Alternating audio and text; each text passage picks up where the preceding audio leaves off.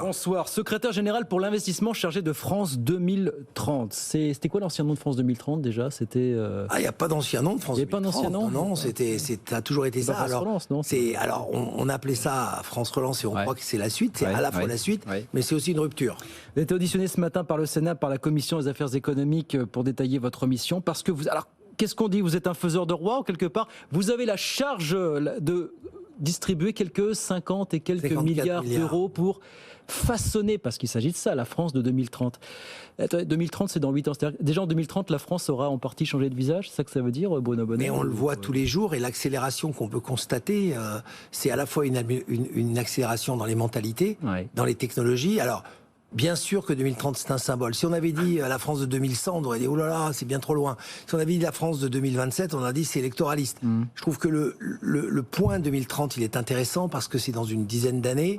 Et c'est suffisant. Si vous réfléchissez à la vie qu'on avait il y a 10 ans. C'est vrai. Si vous réfléchissez, vous avez vu les bouleversements, même, je vais vous dire, avant la Covid, c'était jamais qu'il y a 3 ans. Et c'était une vie différente. Donc il faut penser effectivement que les bouleversements... Il a fallu le Covid et une guerre en Ukraine pour voir tous ces bouleversements s'accélérer au passage. C'est pas très réjouissant ce que vous nous dites. En tout cas, il a fallu des événements comme ça pour faire comprendre à la planète que si on se bougeait pas, et notamment en France, si on se bougeait pas et qu'on remettait pas une perspective nouvelle à ce qu'on faisait, eh ben oui, c'était pas facile. Alors France 2030, alors je vais dire c'est une enveloppe, non, c'est une philosophie, c'est plus qu'une enveloppe. 54 milliards, au passage vous dites on a besoin des collectivités locales, on compte sur les collectivités locales et les entreprises pour faire un effet de levier x4. Oui. Alors, potentiellement aller chercher 200 milliards d'euros d'investissement, potentiellement. Quoi. Mais c'est une réalité, on a engagé à aujourd'hui, ça fait 1 an que je suis en poste, on a engagé 7,5 milliards d'euros et on est déjà dans un effet de levier qui est x4.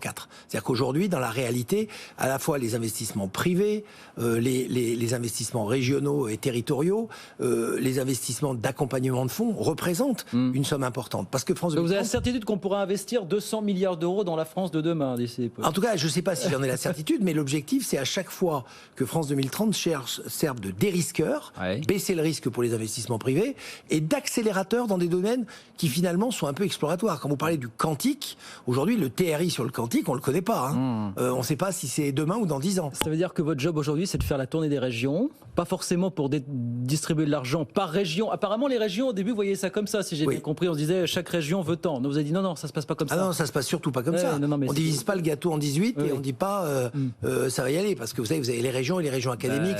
Et comme on travaille sur la formation, c'est un peu plus subtil. Non, il a quand même fallu faire cette mise au point. Quoi. Alors oui, il y a eu 2 choses. Il y a des budgets qui sont ce qu'on appelle France 2030 régionalisés. Ils sont beaucoup plus modestes. C'est 500 millions en tout sur le territoire. Où là, c'est 1 pour 1 avec la région. Et là, c'est décidé en région. C'est-à-dire que ça remonte même pas chez nous. C'est-à-dire que c'est fait en région. Et puis, il y a tout le support qu'on peut apporter à la région et notamment également aux organisations de ce qu'on appelle l'État décentralisé, les préfectures de région, dans lesquelles on dit et s'il y a des projets intéressants, on va utiliser l'effet de levier du national pour pouvoir justement donner les bons moyens. Et moi, ce que j'ai découvert dans toutes mes pérégrinations, c'est que la France a effectivement un incroyable talent. Il faut qu'on arrête la musique. Non, mais il faut qu'on arrête la petite musique de la France est en retard. Dans plein de domaines, la France est au part, voire en avance.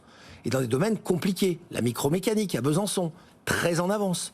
Le spatial, dans la zone de Toulouse, en avance.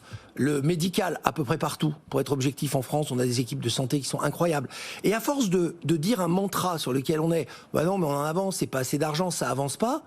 Mais je dis, mais arrêtez de parler comme des livres. Allez sur le terrain, rencontrer ces personnes et vous allez être bluffé. Formation, santé, agriculture, automobile, espace. Voilà quelques-uns des domaines dans lesquels vous voulez distribuer cet argent. Question sur la formation, parce que rien que ça, mais c'est un chantier colossal. Eh oui, c'est 3 milliards d'euros. 3 milliards d'euros, mais ne serait-ce que pour former combien de personnes qui vont perdre leur job dans les prochaines années? Ça, c'est un vrai sujet. C'est exactement l'inverse. C'est 1 million de nouvelles formations, qui s'appellent les compétences et métiers d'avenir, par rapport à ce qu'on forme aujourd'hui, en plus de ce qu'on forme aujourd'hui. Mais là-dedans, vous avez plein d'entreprises qui se mettent à faire des écoles. Vous avez des écoles qui disent on veut augmenter nos capacités de promotion. Vous avez des nouvelles filières qui sont en train de développer. Et pas des filières, pas que techno, la forêt. L'agriculture, la formation à des soins particuliers, la bioproduction. Donc là, on est dans une espèce de domaine dans lequel on s'aperçoit que si on pourra mettre autant de milliards qu'on veut, si on n'a pas les femmes et les hommes pour faire, ça marchera pas. Là, quand même, je vous dis, est-ce qu'on aura suffisamment d'argent? Parce que personne n'est capable de prédire aujourd'hui si ce sont 1 million, 2 millions, 3 millions, 4 millions de Français qui vont perdre leur job dans les prochaines années du fait de l'obsolescence de ce job. Voilà. Ce que certains économistes appellent la grande transhumance des prochaines années. Est-ce que vous dites 3 milliards, ça suffit dans la formation? Il faudra beaucoup plus d'argent. Ne serait-ce que pour pouvoir maintenir en emploi peut-être des centaines ou des millions de personnes en France, finalement. C'est ça. Écoutez, moi, je vais vous répondre par une histoire industrielle. Il y avait 1 million de personnes qui travaillaient dans l'hypomobilité, c'est-à-dire les chevaux, au début du XXe siècle. À la fin des années 60, il n'y en avait plus que 100 000. On a perdu 900 000 emplois. En parallèle, se sont développés plus de 4 millions d'emplois dans l'automobile. C'est la même chose. Il y a des emplois nouveaux qui vont être créés et nous faisons beaucoup de ponts. On valorise notamment la transition. Je vous écoutais sur vos sujets de métiers en tension tout à l'heure. Mais sur les métiers en tension, il faut à la fois revaloriser des métiers par la valorisation des acquis d'expérience. Il faut donner la possibilité à des gens qui sont en poste d'évoluer vers des nouveaux métiers. Et puis avec le groupe Renault, par exemple, nous sommes en train d'accompagner la transformation de 10 000 personnes qui travaillent dans le thermique aujourd'hui dans l'électrique. Donc tout ça, ça s'anticipe. C'est une espèce de programmation qui est en parallèle. On n'est pas dans une espèce de tunnel où on forme d'abord les gens, puis on crée des emplois. Tout ça marche en parallèle. Et moi, je suis assez optimiste sur le fait qu'on va atteindre l'objectif. Faire bouger de l'argent.